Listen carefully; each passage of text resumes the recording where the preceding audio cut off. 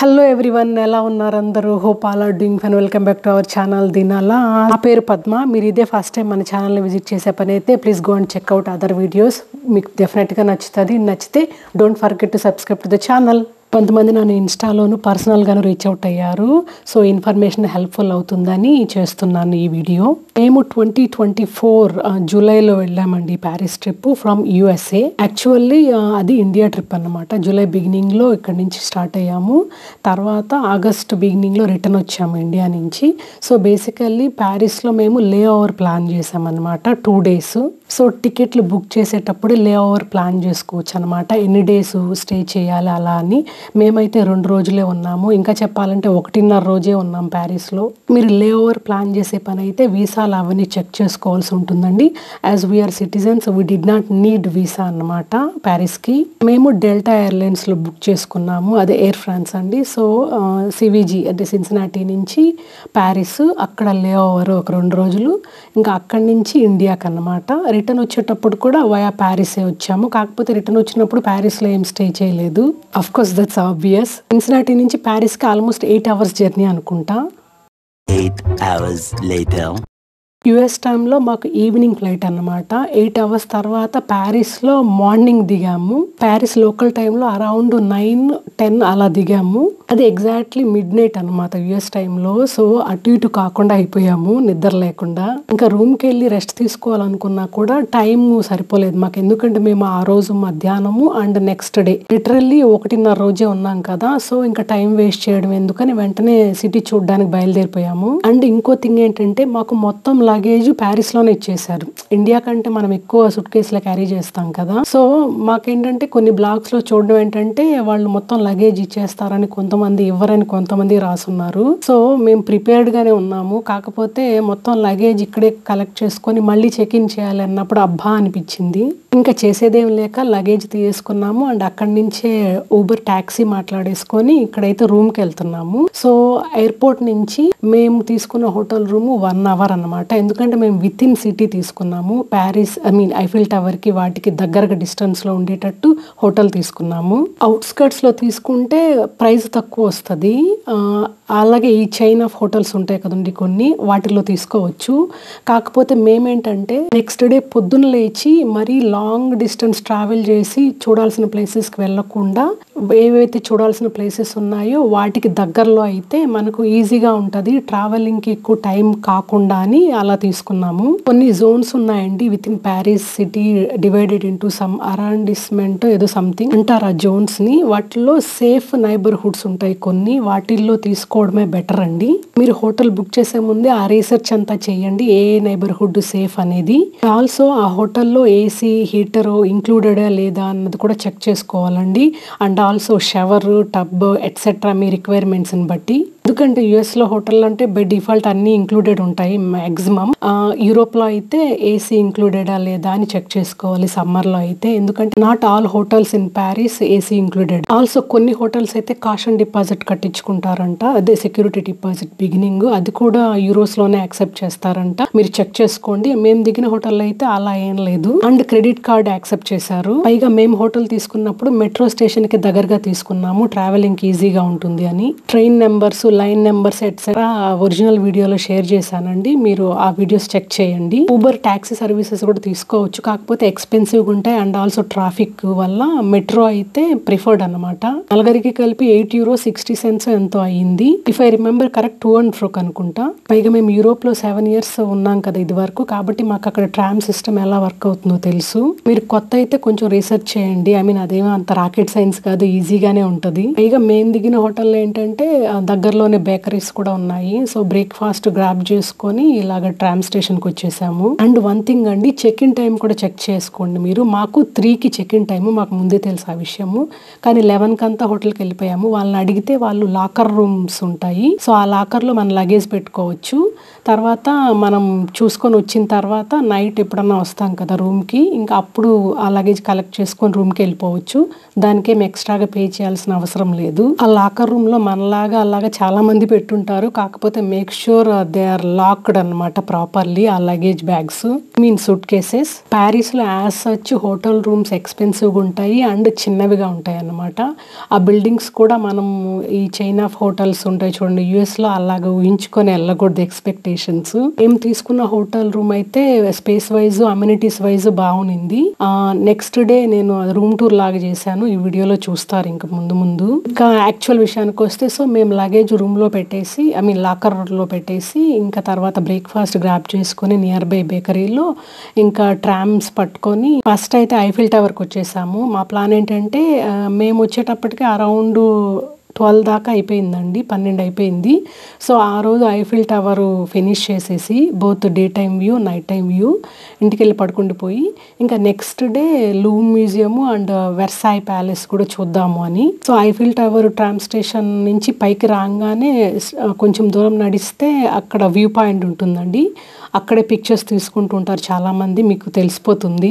మేము 18 ఏళ్ల క్రితం నేను మా వారు వచ్చానని చెప్పాం కదా, సో అప్పుడు వచ్చినప్పుడు ఇక్కడికి లోపలికి అలౌ చేసేవాళ్ళు, హ్యాపీగా అక్కడ స్టెప్స్ మీద కూడా కూర్చునే వాళ్ళము.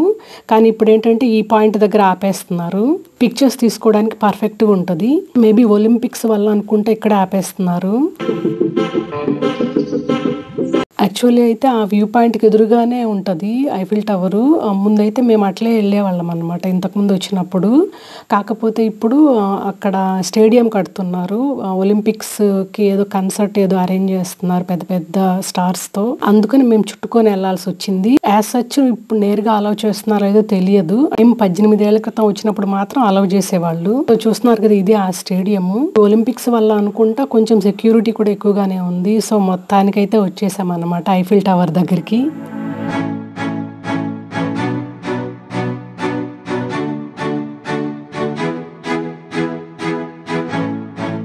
సో రైట్ సైడ్ కొంచెం అటు వెళ్తే అక్కడ సెక్యూరిటీ చెక్ ఇన్ ఉంటుంది. మళ్ళీ అక్కడి నుంచి వెరీ నియర్ ఐఫిల్ టవర్కి వెళ్తాము. చాలా చాంబర్స్ ఉండడం వల్ల మనకు అక్కడైతే లేట్ అయితే అవ్వదు. ఐఫిల్ టవర్ కిందనే క్యూ లైన్స్ ఉంటాయి అన్నమాట. అంటే రూఫ్ టాప్కి సపరేట్గా, రూఫ్ టాప్ లేకుండా సపరేట్గా టికెట్స్ ఉంటాయి. రూఫ్ టాప్ అంటే టాప్ మోస్ట్ పాయింట్ అండి. 3 లెవెల్స్ ఉంటాయి అన్నమాట యాజ్ సచ్ మనము చూడడానికి వ్యూ పాయింట్స్.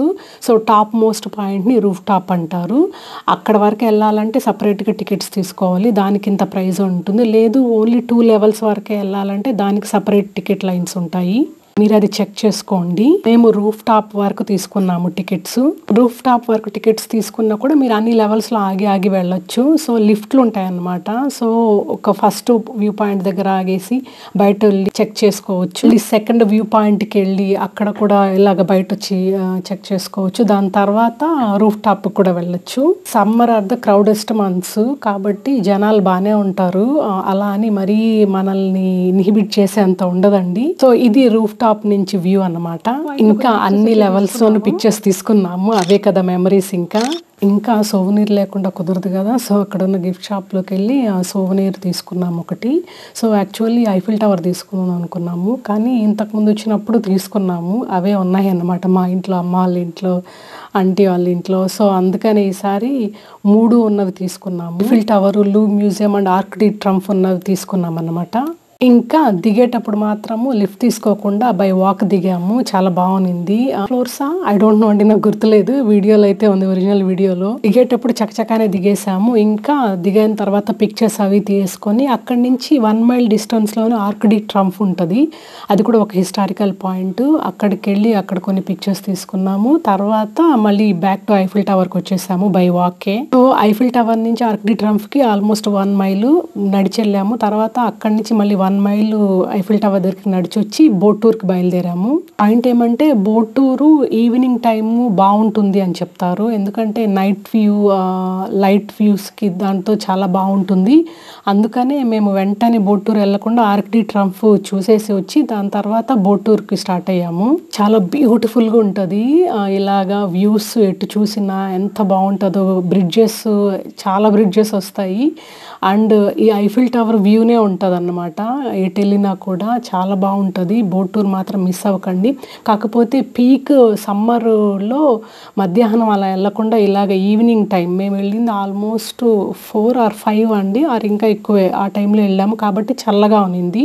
ఇంకా చెప్పాలంటే కొంచెం చలి పెడతా ఉన్నింది. మురారి మా వారిది జాకెట్ తీసి వేసుకున్నాడు అనమాట ఐఫిల్ టవర్లో ఉండేటప్పుడే. జూలై కదా, కొంచెం క్లౌడీగా ఉన్నింది ఆ రోజు. బోట్ టూర్లోనే నోటర్ డామ్ చర్చ్ కూడా కవర్ చేసాము, ఎందుకంటే అది కన్స్ట్రక్షన్ నడుస్తూ ఉన్నింది. మళ్ళీ అక్కడికి వెళ్ళాలంటే టైం పడుతుంది, పైగా మేము 1.5 రోజే కదా ఉండేది. మెయిన్ వే కవర్ చేయాలి అనుకున్నాము. ఇవి కవర్ చేయాలనుకున్న మాకు టైం సరిపోక వెళ్ళలేకపోయాము, లాస్ట్లో చెప్తాను నేను. And here comes the popular night lights Eiffel tower. చాలా బాగుంటుంది అది కూడా.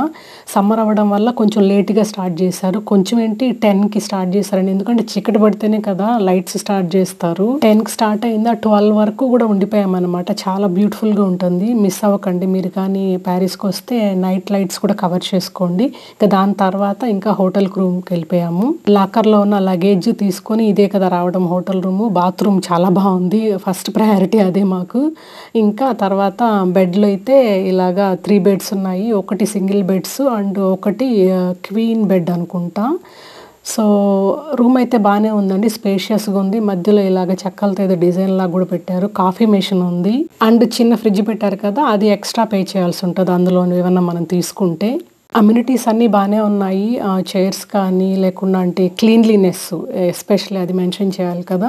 సో బెడ్షీట్స్ కానీ పిల్లోస్ అవి చాలా క్లీన్గా బాగున్నాయి అన్నమాట. టీవీ ఇచ్చాడు, ఏసీ ఉంది. ఎస్పెషల్లీ బాగా తిరిగి అలసిపోయాం కదా, ఎస్పెషల్లీ అసలు పడుకోలేదు కదా. ఇక్కడ ఈవినింగ్ ఎక్కాము, అక్కడ దిగాము 8 hours తర్వాత. దిగిన తర్వాత నుంచి తిరుగుతూనే ఉన్నాం కదా, సో 24 గంటలు కంటిన్యూస్గా నిద్ర లేదు.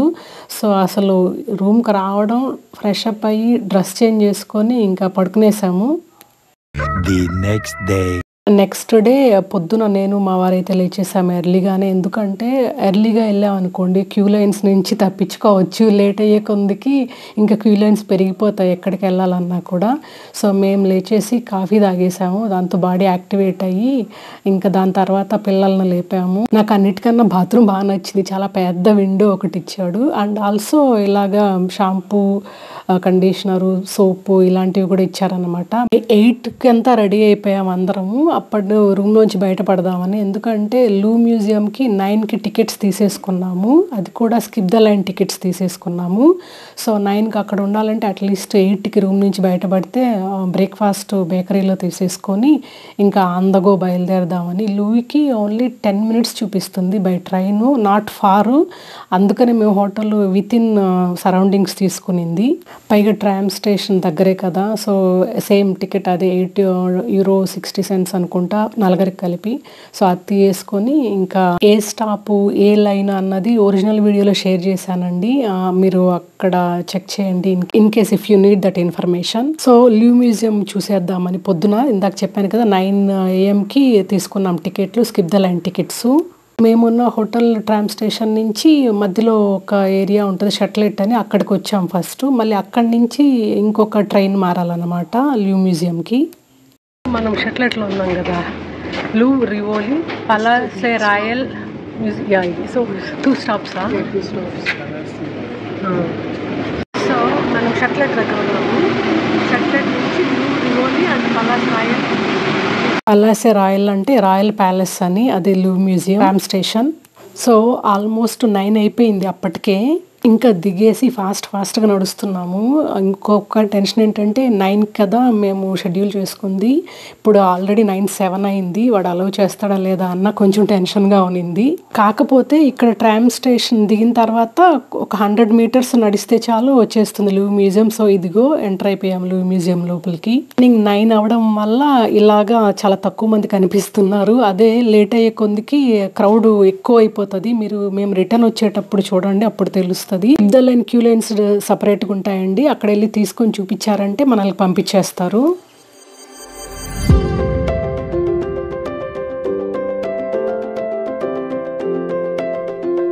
మామూలు క్యూ లైన్ అయితే కొంచెం లాంగ్గా ఉంటాయి. Skip the line option ticket తీసుకున్నారనుకోండి క్యూ లైన్స్ కొంచెం చిన్నవిగా ఉంటాయి, మనకి ఈజీ అనమాట, ఫాస్ట్గా అయిపోతాయి. సో ఇక్కడ కూడా సెక్యూరిటీ చెక్ ఇన్ ఉంటుంది. సో సెక్యూరిటీ చెక్ ఇన్ అయిపోయిన తర్వాత ఎస్కలేటర్లో కిందకి వెళ్తే ఇంకా అదే అన్నమాట. ఇంకా అక్కడ చాలా వ్యాస్ట్ అండి లివ్ మ్యూజియం అంటే. ఒక వారం అయినా చూడొచ్చు, ఒక నెల అయినా చూడొచ్చు, ఒక రోజులో అన్నా చూడొచ్చు, ఒక గంటలో కూడా చూడొచ్చు. అంటే డిపెండ్స్ అన్న మనం ఏవేవి చూడాలనుకుంటున్నాము అన్న దాన్ని బట్టి. చాలా పెద్దది, one of the biggest museum ఇది. మనం ఆడియో ఆప్షన్ కూడా తీసుకోవచ్చు. హెడ్సెట్ తీసుకొని ఆ పాయింట్స్ ఉంటాయి వాటి దగ్గర వినొచ్చు అన్నమాట. స్కాన్ చేస్తే యాప్ ద్వారా. మేమైతే ఆడియో ఏం తీసుకోలేదు, అలాగే ఎక్స్ప్లోర్ చేద్దాము అని.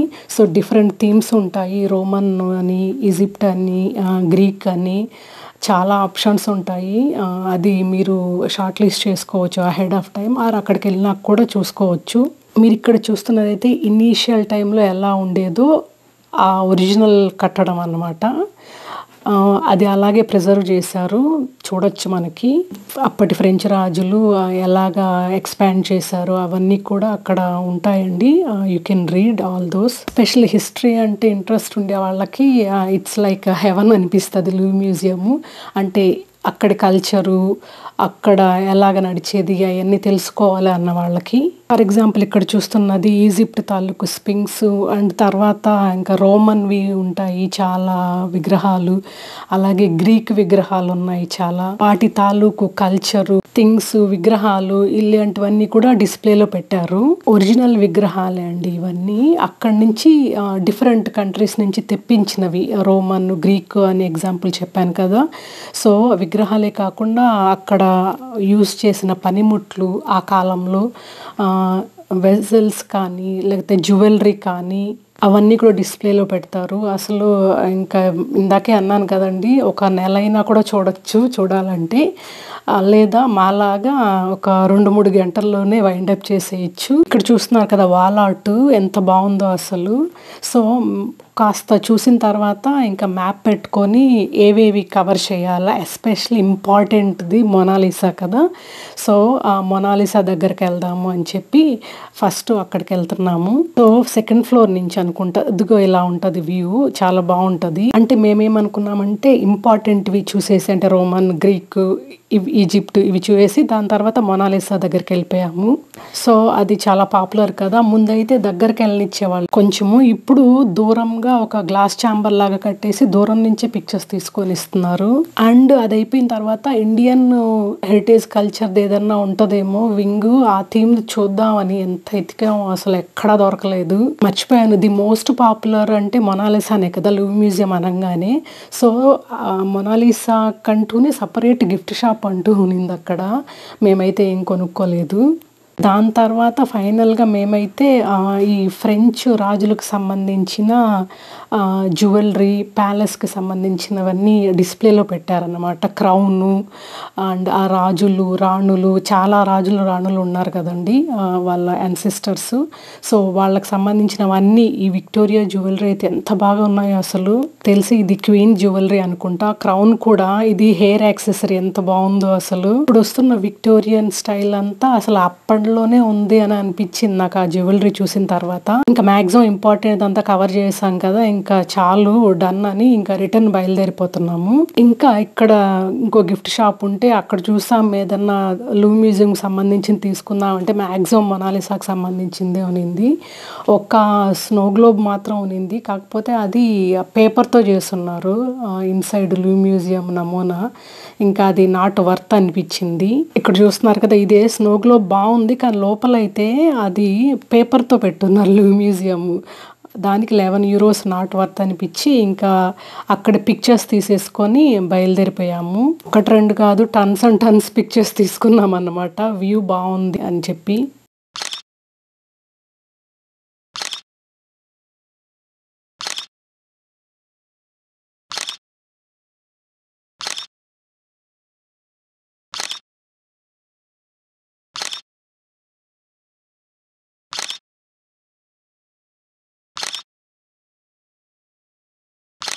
ఇంపార్టెంట్ స్పాట్స్ ఏంటంటే అవుట్ సైడ్ అండ్ మొనాలిసా దగ్గర డోమ్స్ ఉంటాయి చూడండి, బిగ్ డోమ్స్, స్మాల్ డోమ్స్ ఉంటాయి, అక్కడ తీసుకోండి.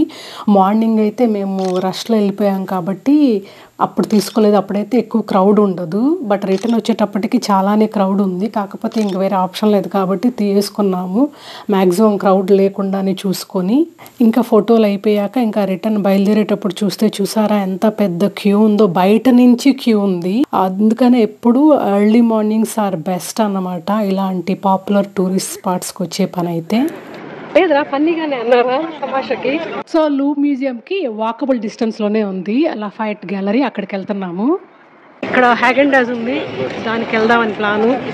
హ్యాగెండాజ్ జిలాటో ఆన్ ద వే హ్యాగెండాజ్ లో ఐస్ క్రీమ్ తీసుకొని ఇంకా నడుచుకుంటూ వెళ్ళిపోయాము. పెద్ద ఎండగా లేదు కాబట్టి ఓకే. ఇది చాలా చాలా పాపులర్ గ్యాలరీ అన్నమాట, మాల్ ఇన్సైడ్ ప్యారిస్. చాలా పెద్ద పెద్ద బ్రాండ్లకు సంబంధించినవన్నీ దొరుకుతాయి అక్కడ. సెలబ్రిటీస్ ఇక్కడికి వచ్చి షాపింగ్ చేస్తారని విన్నాను. మేమైతే ఏం కొనకూడదని డిసైడ్ అయ్యాము, జస్ట్ విండో షాపింగ్కి వచ్చాము. అంటే ఎలా ఉంటుందా అని ఒక ఐడియా కోసం. అక్కడ బ్రాండ్స్ ఎలా ఉన్నా వ్యూ మాత్రం అదిరిపోయింది. చూసారా ఆ డోము, ఆ వ్యూ చాలా చాలా బాగుంది. ఆ డోమ్ ఎస్పెషల్లీ ఆ లైటింగ్స్ కన్నుల విందుగా ఉన్నింది. ఇప్పటికి చూసాము, చూసేటట్టే కానీ కొనేటట్టుగా లేవన్నమాట. సో ఇంకా పిక్చర్స్ తీసుకొని బయలుదేరాము.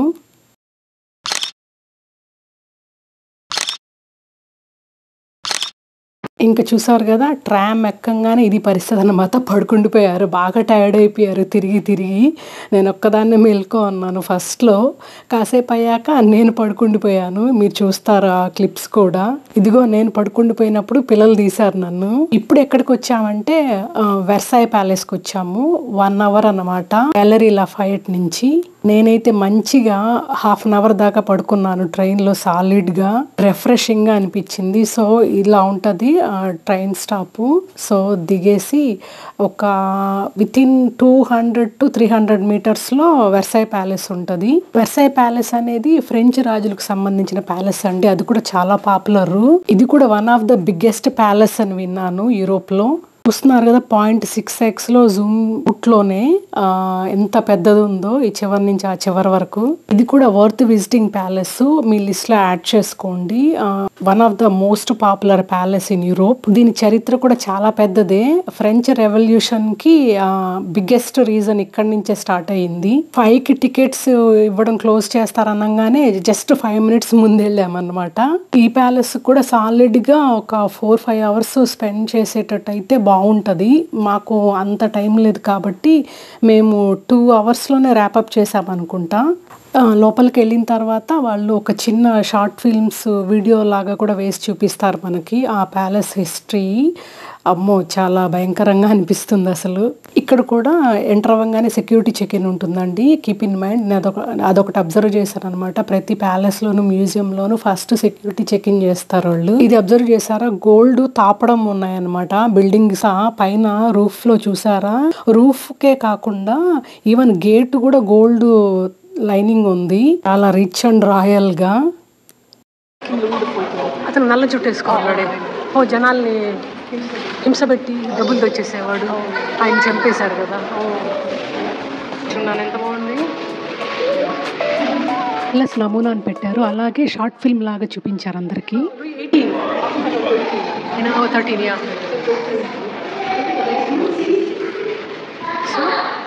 సో ఆ ప్యాలెస్ ఎలా గ్రో అయింది అదంతా షార్ట్ ఫిల్మ్లో ఇంక్లూడ్ చేశారు. ప్యాలెస్కి అటాచ్డ్గా పెద్ద గార్డెన్ కూడా ఉంటుంది. మేమైతే గార్డెన్ చూడలేదన్నమాట, ఎందుకంటే దానికి ఎక్స్ట్రా టికెట్ అని చెప్పారు. పైగా అప్పుడు ఇంకా వెళ్ళామనుకోండి ఇంకో 2-3 hours ఎక్స్ట్రా అవుతుంది. ఇక ఇక్కడి నుంచి 1 hour పడుతుంది హోటల్కి వెళ్ళడానికి కూడా. లేట్ నైట్ అయిపోతుంది ఎందుకు అని స్కిప్ చేసాము గార్డెను. ఎందుకంటే ప్యాలెస్ లోపల చూడడానికే మాకు 2 hours కన్నా ఎక్కువ పట్టింది. చూసారా అసలు లోపల బిల్డింగ్స్, ఆ రూమ్స్ చాలా చాలా బాగున్నాయి. చాలా రిచ్గా రాయల్ లుక్ వచ్చేస్తుంది అన్నమాట. అప్పుడు రాజులు ఫ్రెంచ్ కింగ్స్ వాడిన ఫర్నిచరు ఇంకా ఉంది, అదంతా కూడా డిస్ప్లే పెట్టారు. ఇది చూడండి, ఫర్ ఎగ్జాంపుల్ ఇది one of the queen bedroom అంట. అప్పుడు వాడిన ఫర్నిచర్ అవి చూస్తుంటే మనకి కొంచెం ఒక క్యూరియాసిటీ వస్తుంది కదా. అంటే కొన్ని 100 సంవత్సరాల క్రితం అప్పటి ఫ్రెంచ్ కింగ్స్ యూస్ చేసిన ఫర్నిచరు ఇంక్లూడింగ్ అర్మారాలు కూడా ఉన్నాయండి అక్కడ. అవి కూడా పాలిష్డ్ విత్ గోల్డ్ అన్నమాట. సో ఆ రాజుకి చాలా చరిత్రే ఉందన్నమాట. ఎస్పెషల్లీ ఒక కింగ్ ఉన్నాడు, ఆయన ఇలా ప్రజలదంతా దోచుకొని ఇలాగా రిచ్గా రాయల్గా డెవలప్ చేశాడంట ఈ ప్యాలెస్ని. సో దానివల్లే రెవల్యూషన్ స్టార్ట్ అయింది అని చెప్తారు. నేను జస్ట్ బ్రీఫ్గా చెప్తున్నాను, మీకు ఇంట్రెస్ట్ ఉంటే ఒకసారి చూడండి. వెర్సై ప్యాలెస్ అండ్ ఫ్రెంచ్ కింగ్స్ అని కొడితే వచ్చేస్తుంది. ఇది చూస్తున్నారా, హాల్ ఆఫ్ మిర్రర్స్ ఎంత బ్యూటిఫుల్గా ఉందంటే, ఎస్పెషలీ ఆ షాండ్లియర్స్ కొంచెం కిందకు హ్యాంగ్ చేయడం వల్ల బ్యూటిఫుల్ లుక్ వచ్చింది. అసలు నాకు మోస్ట్ ఫేవరెట్ పార్ట్ ఏదన్నా ఉందంటే వెర్సై ప్యాలెస్లో ఇదే అన్నమాట, హాల్ ఆఫ్ మిర్రర్స్. ఇక్కడ చూస్తున్నారా, ఇది కింగ్ బెడ్రూమ్ అంట, దాని తాలూకు ఫర్నిచరు. ఇందాక చూపించాను కదండి షాండ్లియర్స్తో ఉన్నది హాల్ ఆఫ్ మిర్రర్స్. అక్కడ గ్యాదరింగ్స్ నడిచేవంట, అందుకనే అంత పొడుగ్గా హాల్గా ఉంది అని చెప్పారు. అండ్ ఇక్కడ చూస్తున్నారు కదా, ఈయన నెపోలియన్ బొనాపార్టే. ఈయన కూడా కింగ్గా కొంతకాలం ఉన్నాడంట ఫ్రాన్స్కి. సో ఈయనకి సంబంధించిన ఇన్ఫర్మేషన్, పిక్చర్స్ కూడా ఉన్నాయి అక్కడ. Though he didn't live in this palace, కానీ ఆయన కూడా వన్ ఆఫ్ ద రూలర్ కాబట్టి ఆయన పిక్చర్ కూడా పెట్టారు. ఆయనకి సపరేట్గా ఉందనుకుంటా నాకు తెలిసి నెపోలియన్ హౌస్ ప్యారిస్లోనే. ఐ థింక్ నేను బ్రౌజ్ చేస్తున్నప్పుడు అలా గుర్తన్నమాట. ఇంకా ఆల్ డన్, ఇంకా దిగేసి గార్డెన్ సైడ్కి చూద్దామని వెళ్ళాము యాక్చువల్లీ. ఇంకా దానికి ఒక క్యూ ఉంది, దానికి ఎక్స్ట్రా టికెట్ అని చెప్పారు. పైగా మనకు టైం లేదు ఇప్పుడు దానికి చూడడం అంత అవసరం అనిపించి ఇంకా తిరిగి బయలుదేరిపోయాము.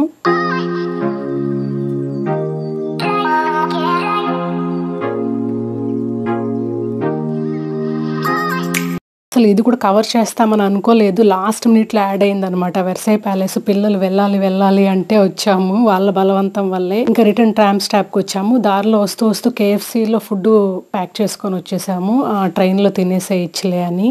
కొన్ని డెకేడ్స్ అయిపోయింది మేము KFCలో తిని, to be honest. So plan చేసుకునేటప్పుడు మీరు ఏవేవి కవర్ చేయాలా, ఎక్కడి నుంచి ఎంత డిస్టెన్స్ ఉంది, ఎంత క్యూ లైన్స్ ఉంటాయి, అలాంటివన్నీ మైండ్లో పెట్టుకోవాల్సి ఉంటుంది. ఎర్లీ మార్నింగ్ స్టార్ట్ అవ్వడం వల్లే ఎక్స్ట్రాగా యాడ్ అయిన వెర్సై ప్యాలెస్ కూడా కవర్ చేయగలిగాము. యాక్చువల్లీ అయితే ఇంకొక రోజు కూడా ఉండాలి అని అనుకున్నాము, ఎందుకంటే నాకు నార్మండీ ప్యాలెస్ ఉంది చూడండి, ఆ ఫోర్ట్, అది చూడాలని చాలా అనిపించింది. అందుకే లే ఓవర్ 3 రోజులు పెట్టుకోవాలనుకున్నాము. కాకపోతే టికెట్ ప్రైజెస్ ఎక్కువ పడుతూ ఉన్నాయి. 2 days తర్వాత అయితే తక్కువ ఉన్నింది, అందుకనే ప్యారిస్లో ఓన్లీ 2 days ఉండగలిగాము. ఎయిదర్ 2 days అన్నా ఉండాలి, లేకుండా 4 days అన్నా ఉండాలి. ఇంకా 4 days ఇక్కడ ఉండిపోతే మళ్ళీ ఇండియా ట్రిప్ స్టార్ట్ అయిపోతుంది కదా, అక్కడ చూడాల్సినవి చూడలేము, స్పెండ్ చేయలేము అని చెప్పి ఇంకా 2 రోజులే ఉన్నామన్నమాట ప్యారిస్లో. ఇంకా 2-3 ఉన్నాయన్నమాట విజిట్ చేయాలనుకున్నాము, అది ఇంకో 3వ రోజు కూడా ఉండునుంటే. సో అవి ఇంకెప్పుడన్నా కవర్ చేయాలి. ఇంకా రిటర్న్ బయలుదేరాము హోటల్కి. ట్రైన్ మారాల్సి ఉంటుంది, ఒక చోట మారేటప్పుడు పైకి వచ్చి కొంచెం దూరం నడిచి ఇంకో ట్రైన్ స్టాప్ తీసుకోవాలి. అక్కడ చూస్తే బయట రాగానే మాకు ఎఫిల్ టవర్ కనిపించింది. అదే కాకుండా మాకు ఇక్కడ డయానా మెమోరియల్ కూడా కనిపించింది. పాపారాజీల వల్ల డయానా చనిపోయిన ప్లేస్ ఇది. అలాగే యాక్సిడెంటల్ గా అది కూడా కవర్ చేసాము. ఇంకా ఇంకొక ట్రైన్ తీసుకోవాలని చెప్పాను కదండి, ఆ ట్రైన్ స్టాప్ కి వచ్చి ఇంకొక ట్రైన్ తీసుకొని ఇంకా హోటల్కి వెళ్ళిపోయాము. కొన్ని అలార్మింగ్ ఏరియాస్ ఉంటాయండి హోటల్ స్టే చేసేటప్పుడే కాకుండా, ఇలాగా ట్రైన్ స్టేషన్ కూడా కొంచెం కేర్ఫుల్ గా ఉండండి ఆ ఏరియాస్ ని అవాయిడ్ చేయడానికి. ఆల్సో వన్ బిగ్ థింగ్ ఏంటంటే, Paris is known for thieves అన్నమాట. So all the time careful గా ఉండాలి. ఎక్కడ చూసినా దొంగలు ఉంటారు, ఎస్పెషల్లీ ట్రైన్స్ లో. సో బ్యాక్ ప్యాక్ వేసుకునేటప్పుడు వెనక్కి కాకుండా ఫ్రంట్ సైడ్ వేసుకోవడం, హ్యాండ్ బ్యాగ్లు మీకు హోల్డ్ చేసి పెట్టుకోవడం, ట్రావెల్ చేసేటప్పుడు గ్రూప్ గా ఉండడం, ఇవి కొన్ని టిప్స్ అన్నమాట. నాకు తెలిసి నేను అన్ని కవర్ చేశాను అనుకుంటా అండి. ఇన్ కేస్ ఏదన్నా మిస్ అయి ఉంటే కామెంట్ లో మెన్షన్ చేయండి. ఇంకా రూమ్ కి వెళ్ళి పడుకుండిపోయి ఇంకా నెక్స్ట్ డే ఇండియాకి స్టార్ట్ అయ్యాము. So that's all today video all about అండి. హోప్ మీకు ఈ వీడియో నచ్చింది అనుకుంటా. నచ్చితే don't forget to like the video, subscribe to the channel, let me know your feedback through comments. Thanks for watching, take care, bye by.